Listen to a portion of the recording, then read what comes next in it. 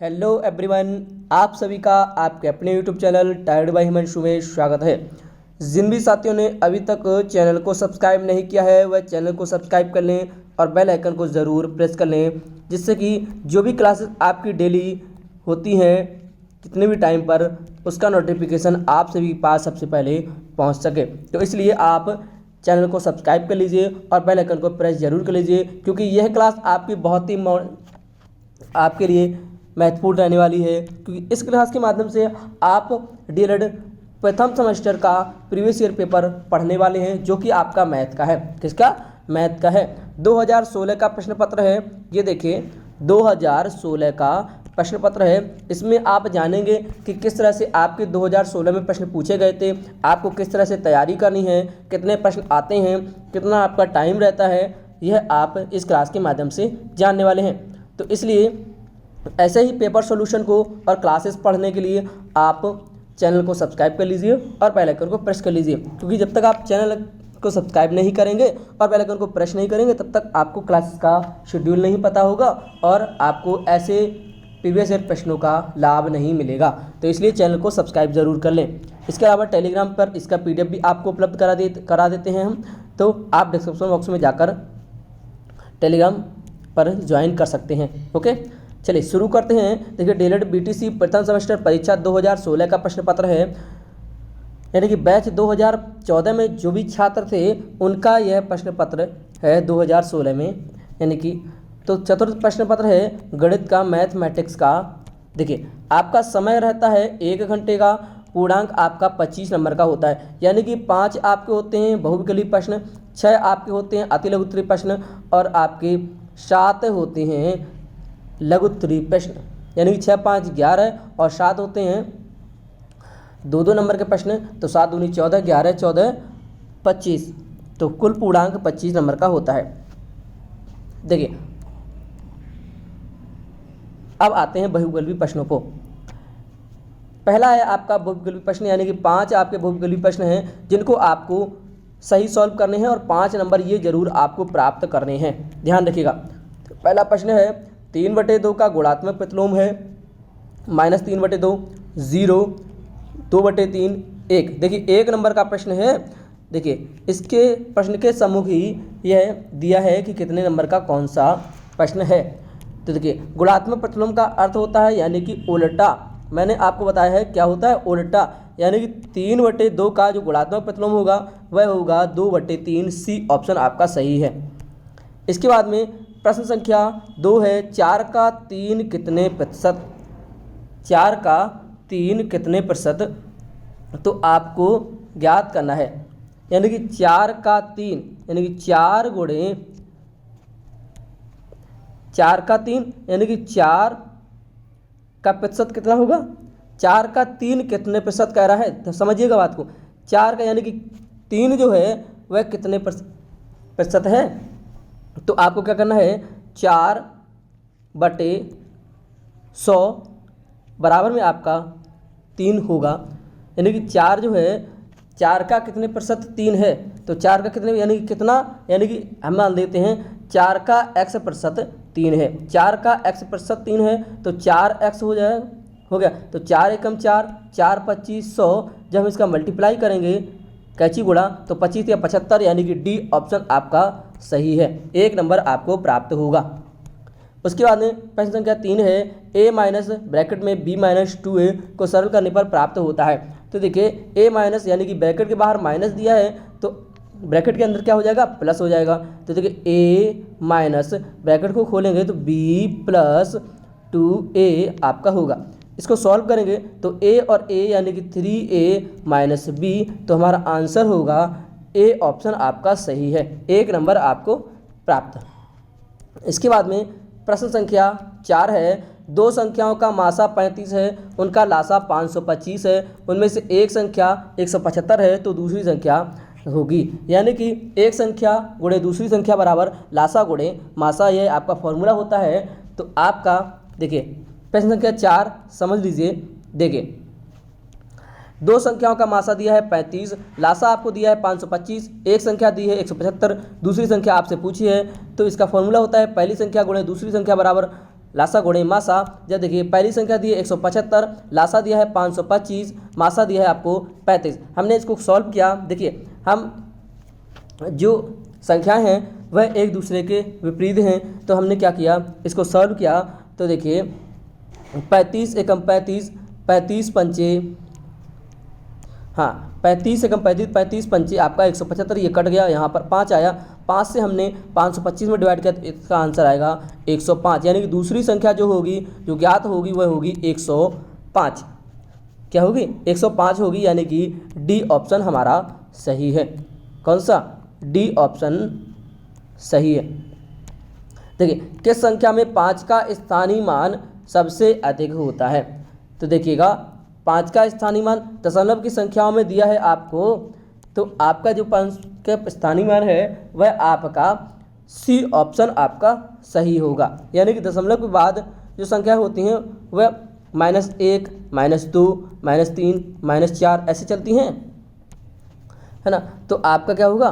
5 का स्थानीय मान सबसे अधिक है, तो सी ऑप्शन में 5 का स्थानीय मान सबसे अधिक है। 1 नंबर आपको प्राप्त हुआ। यानी कि 5 आपने बहुविकल्पीय प्रश्नों को किया तो आपको 5 नंबर प्राप्त हुए।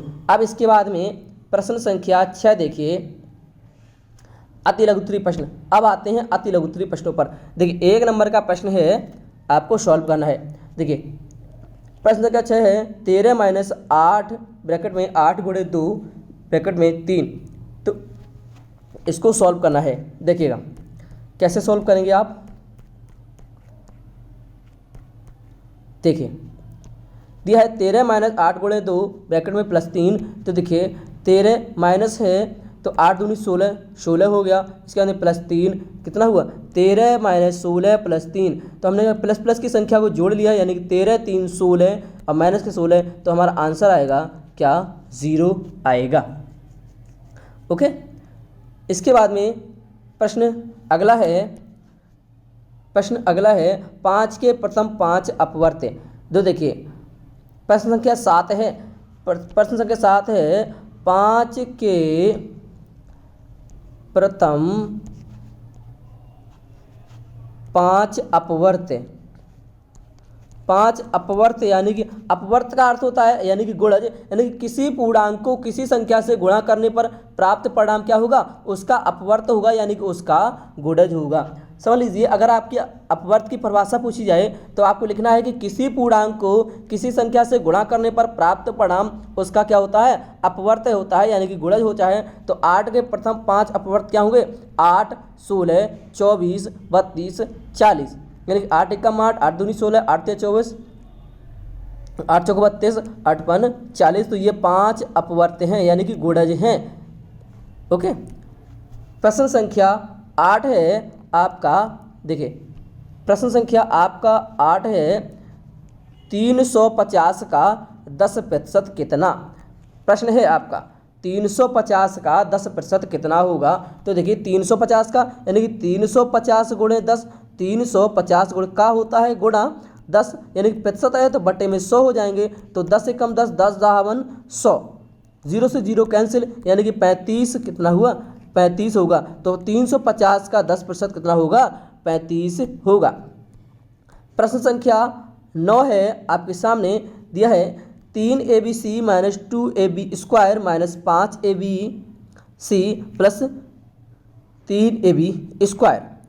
इसको सॉल्व करना है, यह आपका प्रश्न है। अब आप सॉल्व करिएगा। देखिए ए बी हमें इनमें एक चीज़ कॉमन मिल रही है। क्या?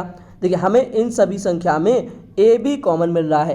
क्या मिल रहा है? ए बी कॉमन मिल रहा है। तो हम ए बी का कॉमन ले लेंगे। इसके बाद ब्रैकेट में यहाँ पर हमने ए बी को कॉमन लिया तो यहाँ बचा 3c, कितना बचा? माइनस का 2b, यानी कि एक b बाहर आ गया तो कितना बचा? 2b, और a बाहर आ गया तो सिंगल a है, एक a है ना। तो आपका कितना हो गया? 2b हुआ।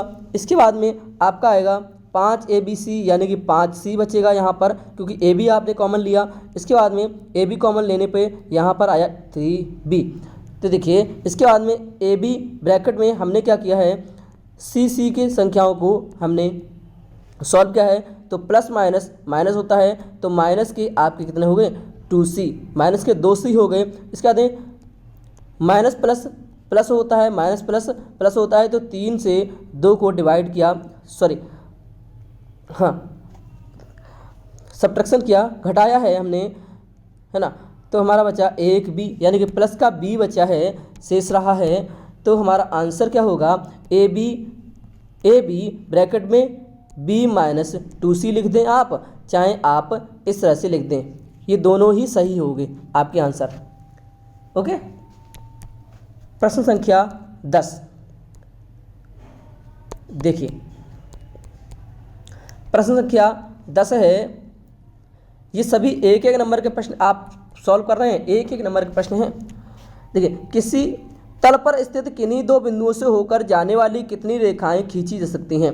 तो देखिए, आपकी है तल पर स्थित, यानी एक तल है, इससे स्थित, इससे यानी कि इस तल पर स्थित ये किन्हीं दो बिंदुओं, सॉरी ये दो बिंदु हैं, इनसे होकर जाने वाली, यानी इन दोनों बिंदुओं से होकर जाने वाली कितनी रेखाएं खींची जा सकती हैं, कह रहा है। तो एक रेखा खींची जा सकती है, कितनी, एक रेखा खींची जा सकती है।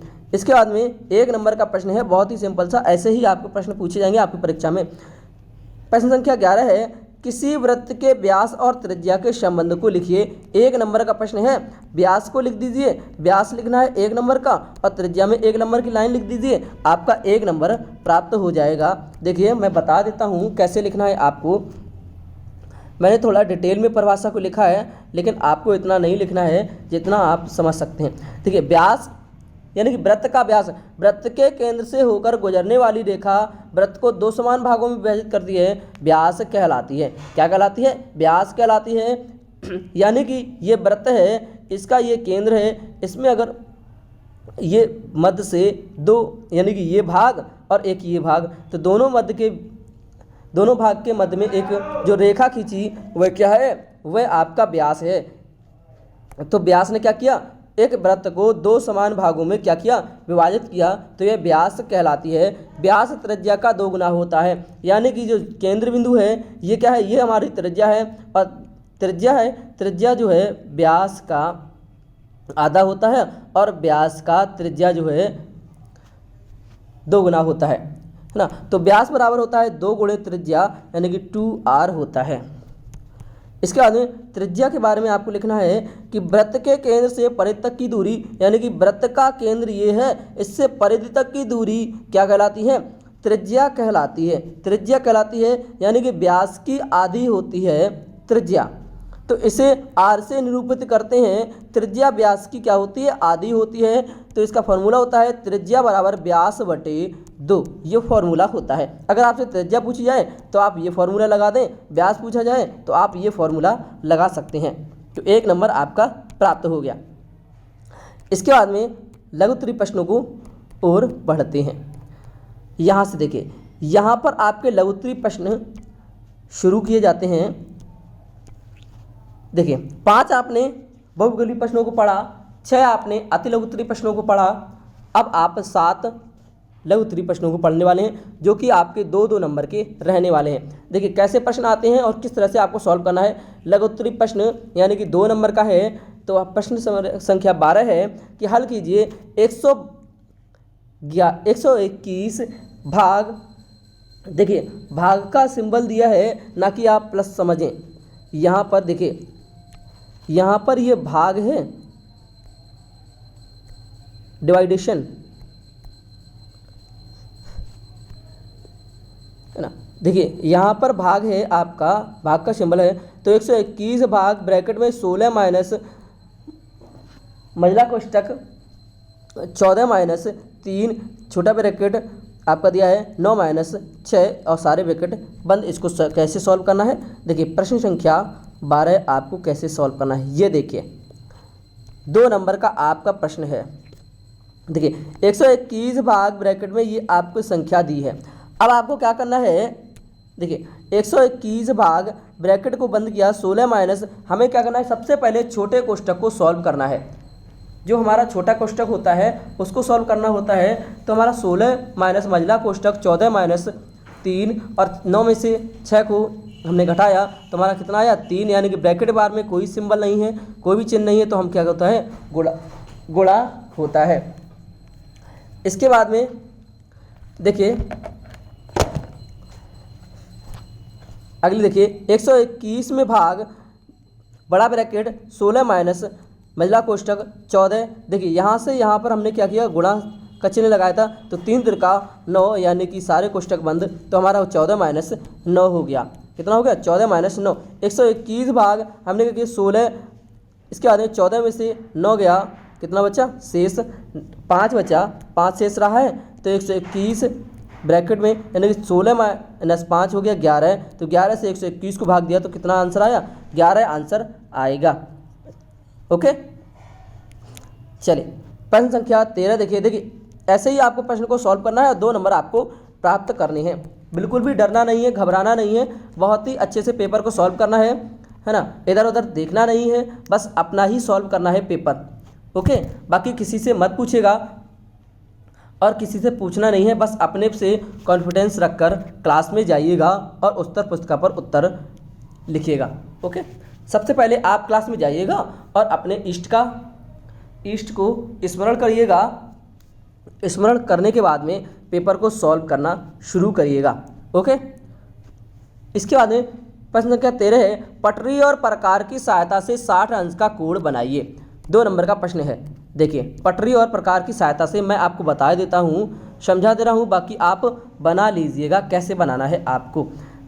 देखिए पटरी और प्रकार की सहायता से 60 अंश का कोण, देखिए समबाहु त्रिभुज में सभी कोण क्या होते हैं, 60 अंश के होते हैं। ये आप सभी को याद रखना है कि समबाहु त्रिभुज में जो जितने भी कोण होते हैं वह क्या होते हैं, 60 अंश के कोण होते हैं। ओके, देखिए इसके बाद में इसकी रचना देखिए, पटरी और प्रकार की सहायता से 60 अंश का कोण बताया है। तो देखिए मैंने क्या किया, एक PQ रेखा खींची, एक हमने PQ रेखा खींची है ना, उस पर प्रकार को बिंदु को P पर रखकर हमने क्या किया, एक Q चाप लगाया, जो कि हमारा ये है। ये एक प्रकार की नोक को यहाँ पर रखकर हमने एक Q चाप लगाया। क्या किया, Q चाप लगाया है ना, यहाँ पर हमने रखकर एक Q चाप लगाया। देखिए ये Q है, ये Q, इस P रेखा पर देखिए ये Q है आपका, है ना। Q से देखिए यहाँ पर थोड़ा ऊपर कर लेते हैं, ये रहा, हाँ समझिएगा अब। देखिए ये रहा P, यहाँ पर हमने बिंदु P पर रखकर एक हमने Q चाप लगाया, Q चाप लगाया, ये रहा। Q चाप लगाने के बाद में Q से एक चाप जो P को चाप पर काटता है, एक हमने Q से चाप लगाया और उसको क्या किया, हमने एक P पर काट दिया। क्या कह रहे हैं, P पर, यानी कि एक दूसरे जो 2 बिंदु हैं PQ, मैंने P से रखा प्रकार के नोक को और Q पर काट दिया, Q से प्रकार के नोक को रखकर और P पर काट दिया। इसके बाद में दोनों हमने ऊपर क्या किया, R को मिला दिया। कहाँ पर, P व Q और Q व R को दोनों को मिला दिया। हमने क्या किया, PQ यानी कि PR और RQ को हमने दोनों को मिला दिया। तो इस प्रकार जो हमारा त्रिभुज एक तैयार हुआ वह क्या हो गया, यानी कि हमारा कोण QPR ये कितना हुआ, 60 अंश का कोण तैयार हो गया।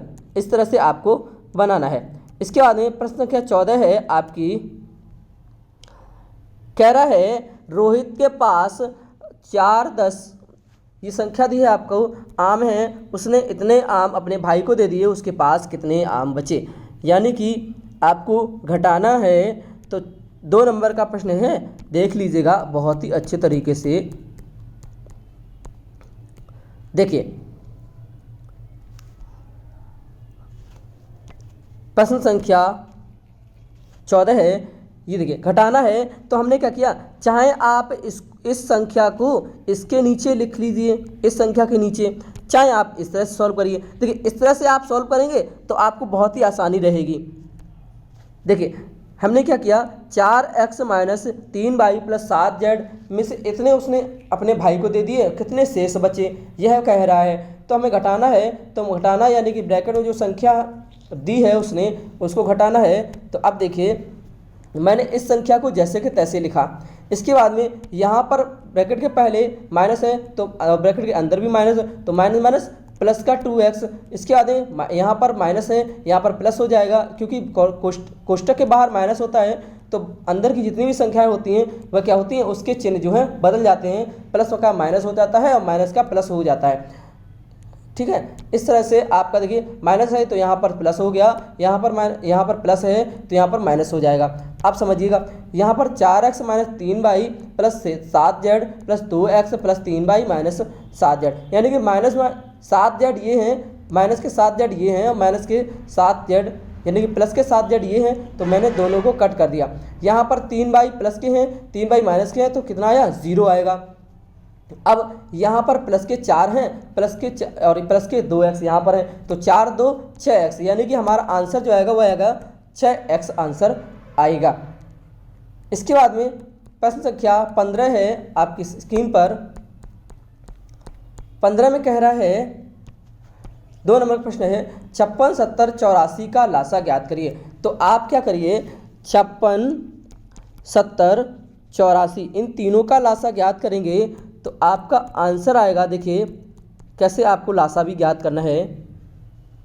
देखिए 2 नंबर का प्रश्न है, आपको इस तरह से लासा ज्ञात करना है एलसीएम, और इसका सबका लासा आएगा 840।